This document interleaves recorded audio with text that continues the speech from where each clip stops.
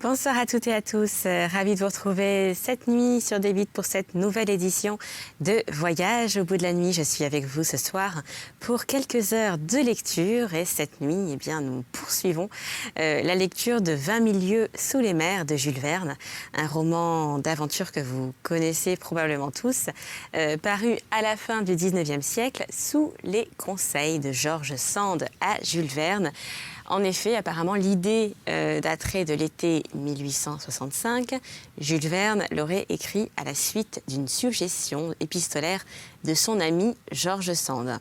Cette œuvre a d'ailleurs fait l'objet de plusieurs adaptations, notamment au cinéma, à la télévision, en bande dessinée. Et pour ceux parmi vous qui prennent l'émission en route, il s'agit des aventures de Pierre, un professeur d'histoire naturelle au Muséum de Paris, qui est en train de faire la découverte d'une bête marine monstrueuse, très rapide, phosphorescente, qui serait notamment à l'origine de plusieurs naufrages aux quatre coins des mers du monde entier. Alors, en effet, il s'agit d'une bête assez étrange, capable de forces colossales, notamment de briser le bois des navires, donc qui est à l'origine de plusieurs naufrages.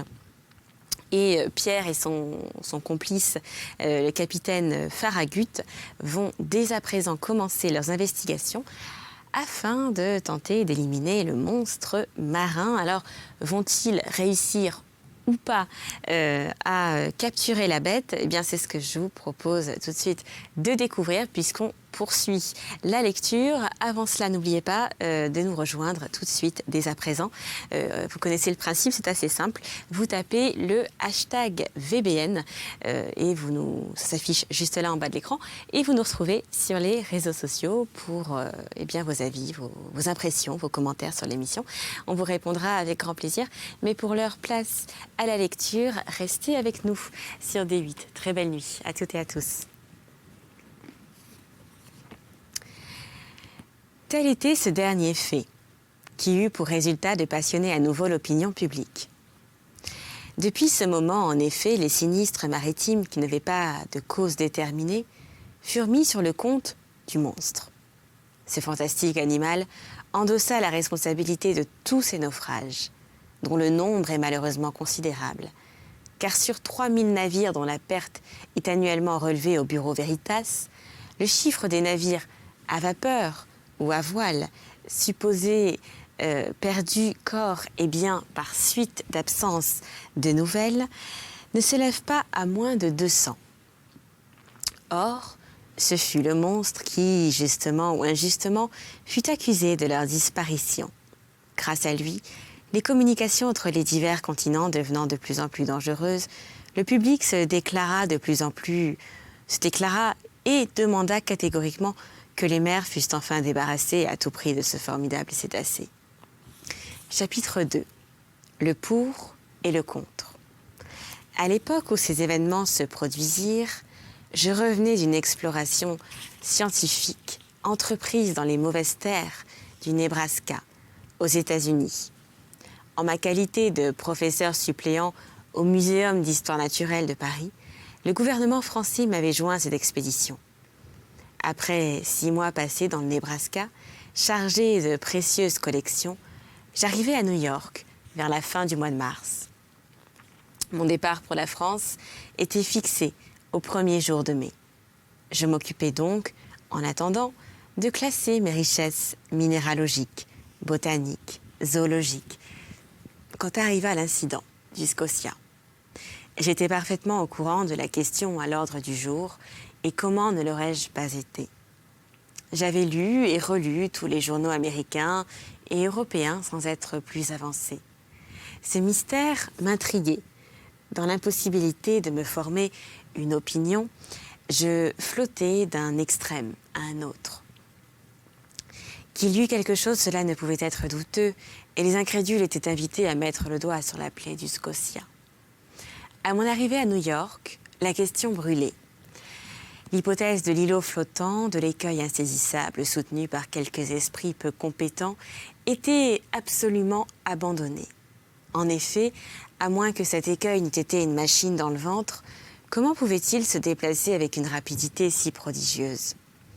De même fut repoussée l'existence d'une coque flottante, d'une énorme épave, et toujours à cause de la rapidité du déplacement. Restaient donc deux solutions possibles de la question, qui créaient deux clans très distincts de partisans. D'un côté, ceux qui tenaient pour un monstre d'une force colossale, de l'autre, ceux qui tenaient pour un bateau sous-marin d'une extrême puissance motrice. Or, cette dernière hypothèse, admissible après tout, ne put résister aux enquêtes qui furent poursuivies dans les deux mondes. Qu'un simple particulier eût à sa disposition un tel engin mécanique. Cela était peu probable. Où et quand l'eût-il fait construire et comment aurait-il tenu cette construction secrète?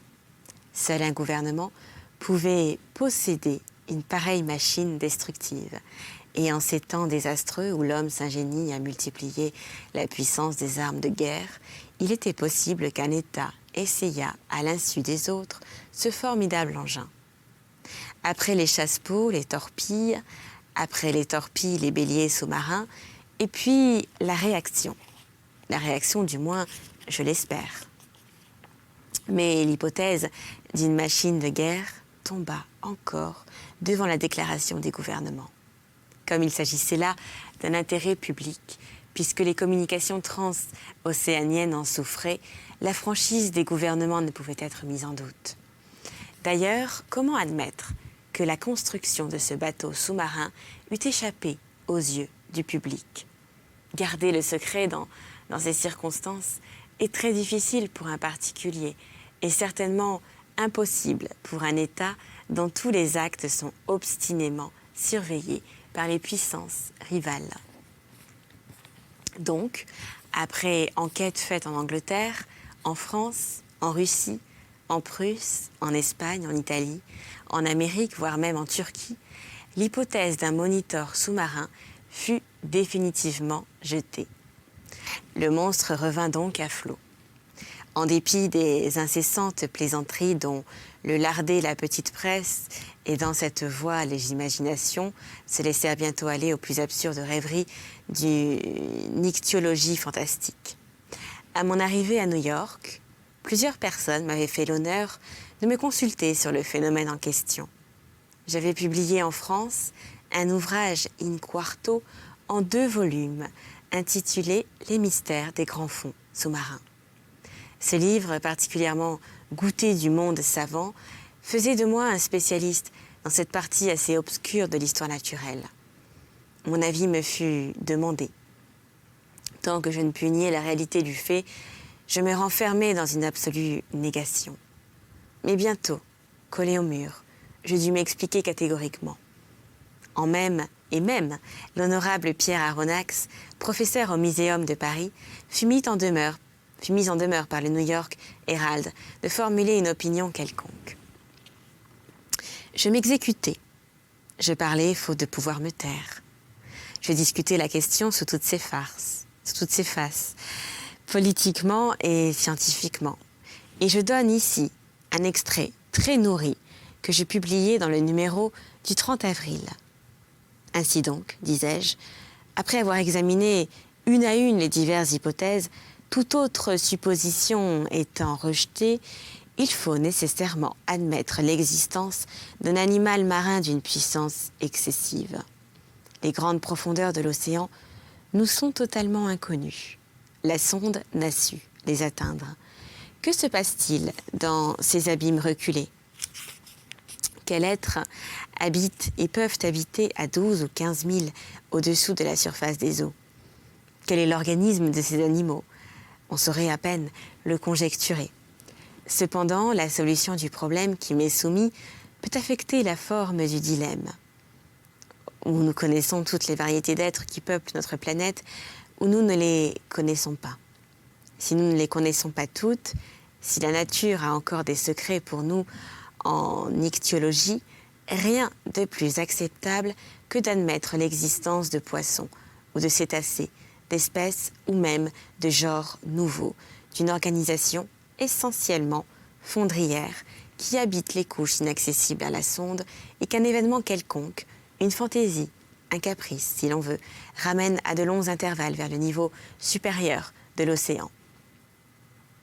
Si au contraire, nous connaissons toutes les espèces vivantes, il faut nécessairement chercher l'animal en question parmi les êtres marins déjà catalogués, et dans ce cas, je serais disposée à admettre l'existence d'un narwal géant. Le narwal vulgaire ou licorne de mer atteint souvent une longueur de 60 pieds. Quintupler, décupler même cette dimension, donner à ce cétacé une force proportionnelle à sa taille, accroissez ses armes offensives et vous obtenez l'animal voulu.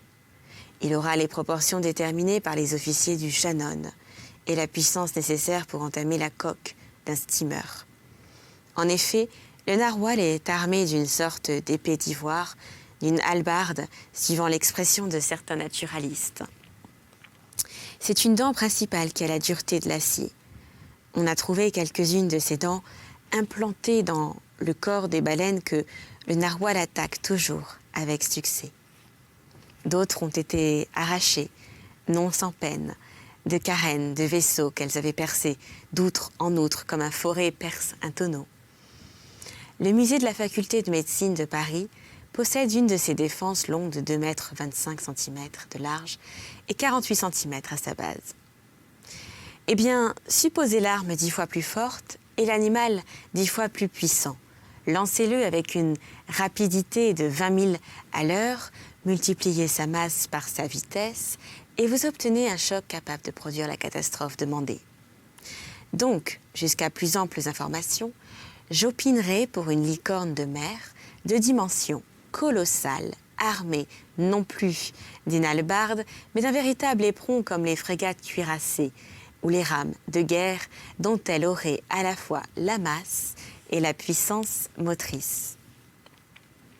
Ainsi s'expliquerait ce phénomène inexplicable, à moins qu'il n'y ait rien, en dépit de ce qu'on a entrevu, vu, senti et ressenti, ce qui est encore possible. Ces derniers mots étaient une lâcheté de ma part, mais je voulais jusqu'à un certain point couvrir ma dignité de professeur et ne pas trop prêter à rire aux Américains, qui rient bien quand ils rient. Je me réservais une échappatoire. Au fond, j'admettais l'existence de ce monstre. Mon article fut chaudement discuté, ce qui lui valut un grand retentissement. Il rallia un certain nombre de partisans. La solution qu'il proposait, d'ailleurs, laissait libre carrière à l'imagination. L'esprit humain se plaît à ces conceptions grandioses d'être surnaturel. Or, la mer est précisément leur meilleur véhicule, le seul milieu où ces géants, près desquels les animaux terrestres, éléphants ou rhinocéros, ne sont que des nains, puissent se produire et se développer. Les masses liquides transportent les plus grandes espèces connues des mammifères, et peut-être recèlent-elles de mollusques d'une incomparable taille. Des crustacés effrayants à contempler, tels que seraient des homards de 100 mètres ou des crabes pesant 200 tonnes. Pourquoi non? Autrefois, les animaux terrestres contemporains des époques géologiques, les quadrupèdes, les quadrumanes, les reptiles, les oiseaux, étaient construits sur des gabarits gigantesques. Le Créateur les avait jetés dans un moule colossal que le temps a réduit peu à peu. Pourquoi la mer, dans ses profondeurs ignorées, n'aurait-elle pas gardé ces vastes échantillons de la vie d'un autre âge, celle qui ne se modifie jamais alors que le noyau terrestre change presque incessamment? Pourquoi ne cacherait-elle pas dans son sein les dernières variétés de ces espèces titanesques, dont les années sont des siècles et les siècles des millénaires? Mais je me laisse entraîner à des rêveries qu'il ne m'appartient plus d'entretenir. Trêve à ces chimères que le temps a changées pour moi en réalité terrible. Je le répète, l'opinion se fit alors sur la nature du phénomène et le public admit sans conteste l'existence d'un être prodigieux qui n'avait rien de commun avec les fabuleux serpents de mer. Mais si les uns ne virent là qu'un problème purement scientifique à résoudre, les autres, plus positifs, surtout en Amérique et en Angleterre, furent d'avis de purger l'océan de ce redoutable monstre afin de rassurer les communications transocéaniennes. Les journaux industriels et commerciaux traitèrent la question principalement à ce point de vue. Le Shipping and Mercantile Gazette, le Lloyd, le Paquebot, la Revue maritime et coloniale, toutes les feuilles dévouées aux compagnies d'assurance qui menaçaient d'élever le taux de leurs primes furent unanimes sur ce point. L'opinion publique s'étant prononcée, les États de l'Union se déclarèrent les premiers. On fit à New York les préparatifs d'une expédition destinée à poursuivre le narwhal. Une frégate de grande marche, l'Abraham Lincoln, se mit en mesure de prendre la mer au plus tôt. Les arsenaux furent ouverts au commandant Farragut, qui pressa activement l'armement de sa frégate. Précisément, et ainsi que cela arrive toujours, du moment que l'on se fut décidé à poursuivre le monstre ne reparut plus. Pendant 2 mois, personne n'en entendit plus parler. Aucun navire ne le rencontra. Il semblait que cette licorne eût connaissance des complots qui se tramaient contre elle. On en avait tant causé, et même par le câble transatlantique. Aussi, les plaisants prétendaient-ils que cette fine mouche avait été arrêtée au passage par quelques télégrammes dont elle faisait maintenant son profit. Ainsi, la frégate armée pour une campagne lointaine et pourvue de formidables engins de pêche, on ne savait plus où la diriger. L'impatience allait croissant lorsque le 2 juillet, on apprit qu'un steamer de la ligne San Francisco de Californie à Shanghai avait revu l'animal 3 semaines auparavant dans les mers septentrionales du Pacifique. L'émotion causée par cette nouvelle fut extrême. On n'accorda pas 24 heures de répit au commandant Farragut. Ses vivres étaient embarqués.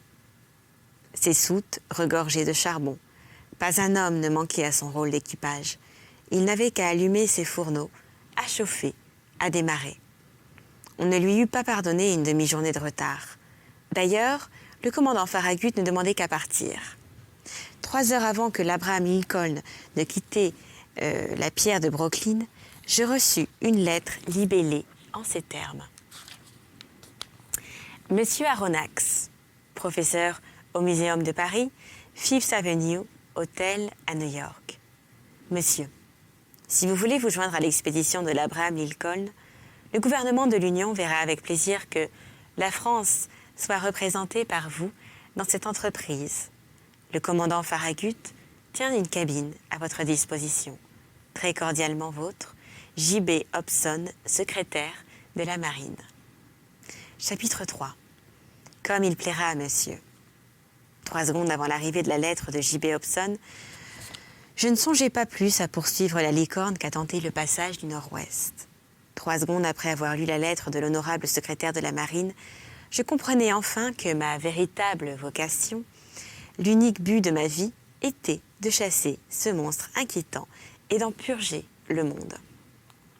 Cependant, je revenais d'un pénible voyage, fatigué, avide de repos.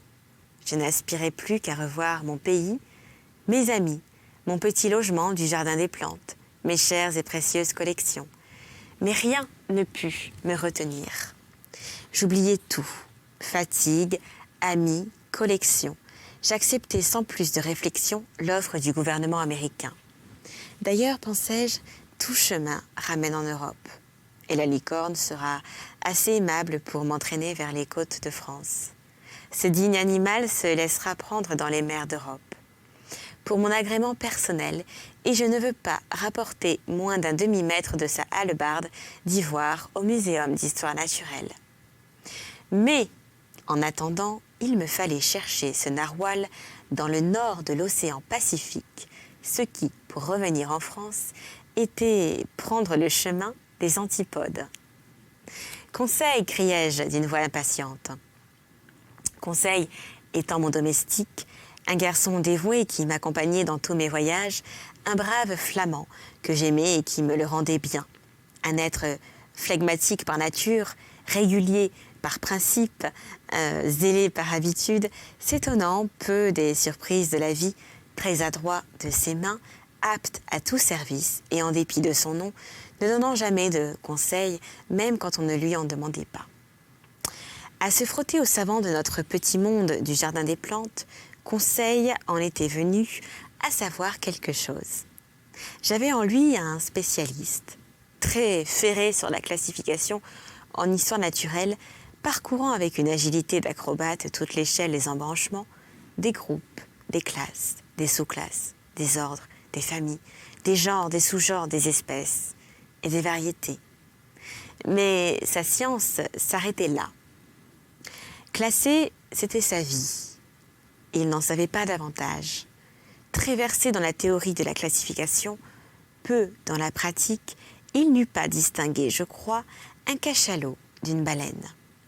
Et cependant, quel brave et digne garçon. Conseil, jusqu'ici et depuis 10 ans, m'avait suivi partout où m'entraînait la science. Jamais une réflexion de lui sur la longueur de la fatigue d'un voyage. Nulle objection à boucler sa valise pour un pays quelconque, Chine ou Congo, si éloigné qu'il fût. Il allait là comme si, sans en demander davantage.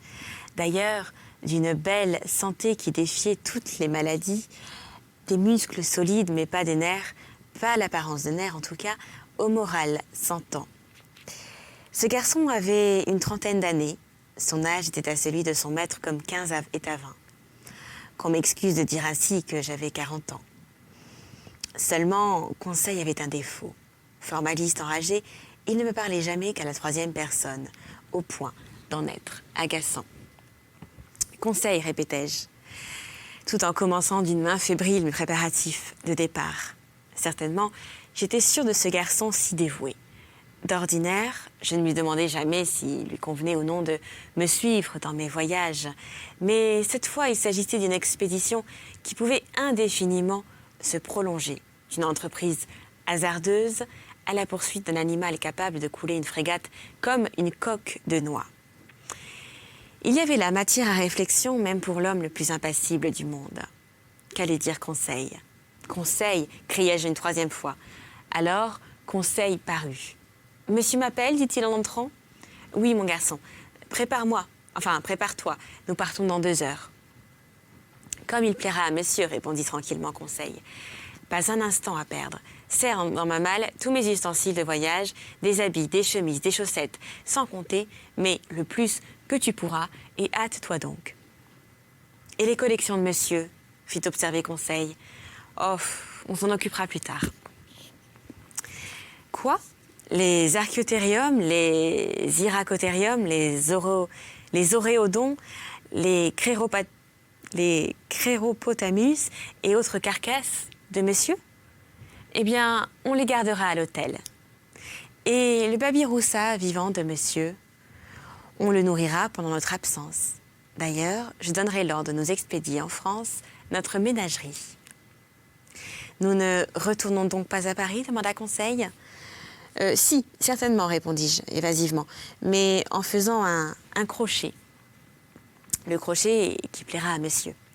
Oui, ce sera peu de choses, hein. Un chemin un peu moins direct, voilà tout, mais nous prendrons passage sur l'Abraham Lincoln. Comme il conviendra à monsieur, répondit paisiblement Conseil. Tu sais, mon ami, je t'explique, il s'agit du monstre, du fameux narwal. Nous allons en purger les mers. L'auteur d'un ouvrage in quarto en 2 volumes sur les mystères des grands fonds sous-marins ne peut se dispenser de s'embarquer avec le commandant Farragut. Mission glorieuse, mais dangereuse aussi. On ne sait pas où l'on va.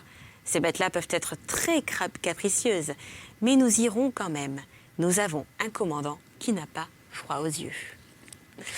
Ce sera tout pour cet épisode, mais je vous propose que l'on se retrouve prochainement pour de nouvelles aventures. On poursuivra ensemble la lecture de 20 000 lieues sous les mers de Jules Verne. D'ici là, n'oubliez pas de m'écrire directement sur les réseaux sociaux ainsi qu'au reste de l'équipe de l'émission. C'est simple, vous connaissez le principe, vous tapez #VBN et on vous répondra avec plaisir concernant vos avis, vos commentaires, vos questions aussi peut-être sur l'émission. D'ici là, portez-vous bien, passez une très belle nuit sur D8.